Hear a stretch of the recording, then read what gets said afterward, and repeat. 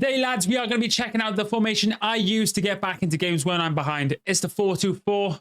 Let's get into it. We are cheap, safe, and reliable FC24 coins. Head over to U7 Buy. They have the best service and some of the cheapest coins around. You can also save yourself a cheeky 6% off when you use my creator code AYYLP at checkout. Jeez.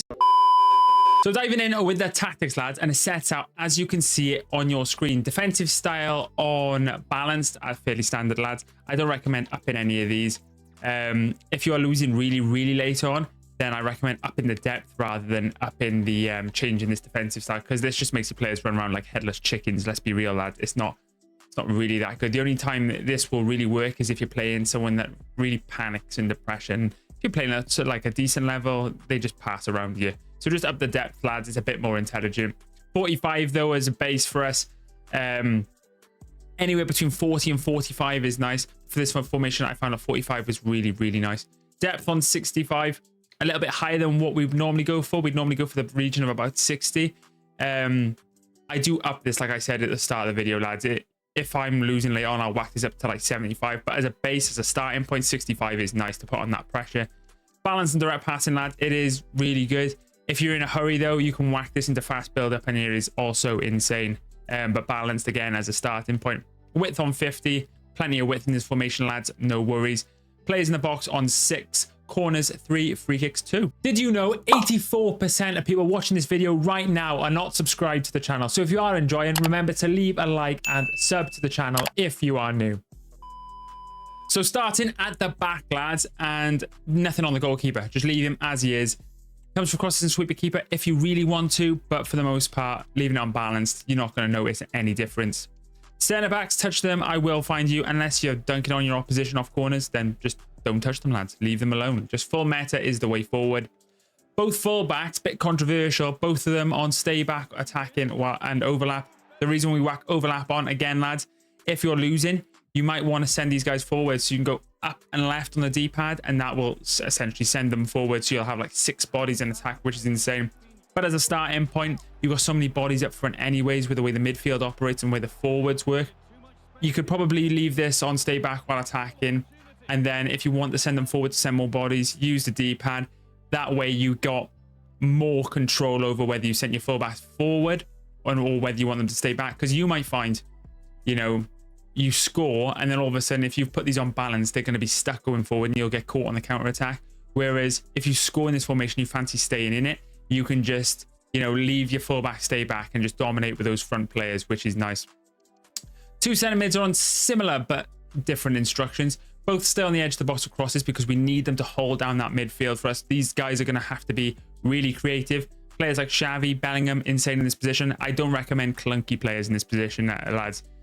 Because there's only 2 of them, they do have to rely on their technical ability and the passing ability. So you need 2 box-to-box midfielders which have good dribbling, which at this stage in the game, it's not really a problem, lads. You should be fine. But I love Xavi, and the only difference is you're more attacking midfielder.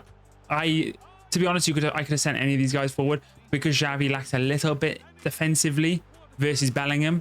I've sent Xavi on, so he's just on balanced, and he's going to sometimes go into the box when you need him, and sometimes, for the most part, he will stay on the edge, but sometimes he will push on when he sees the opportunity, which is nice.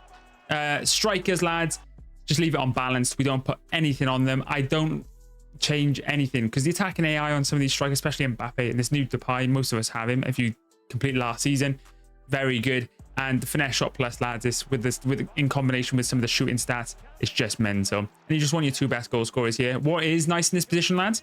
The one thing I might change is I'll keep Mbappe, and I might bring in my team of the season Ronaldo in this position, because he's the aerial threat. So, because you've got the wide players, you can get the opportunity to swing in some really nice crosses. And if you've got an aerial threat, someone with aerial plus, you are really going to benefit with the knockdowns. So, optimal, I think, if you have an aerial plus and someone like an Mbappe, or like just an out-and-out goal scorer like dribbler, then that is the best setup for this, because having that versatility in your attack, you can't beat it, lads.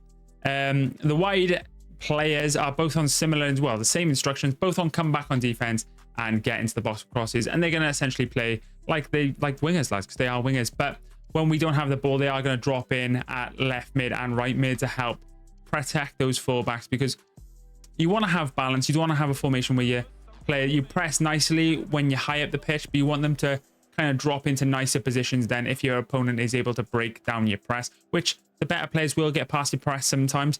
But this formation really does help in putting that pressure on, because I like to manually control my defenders. Is so strong in clamping up, lads. And the amount of times I've been losing in the game, go into this and just turn it around, is absolutely insane.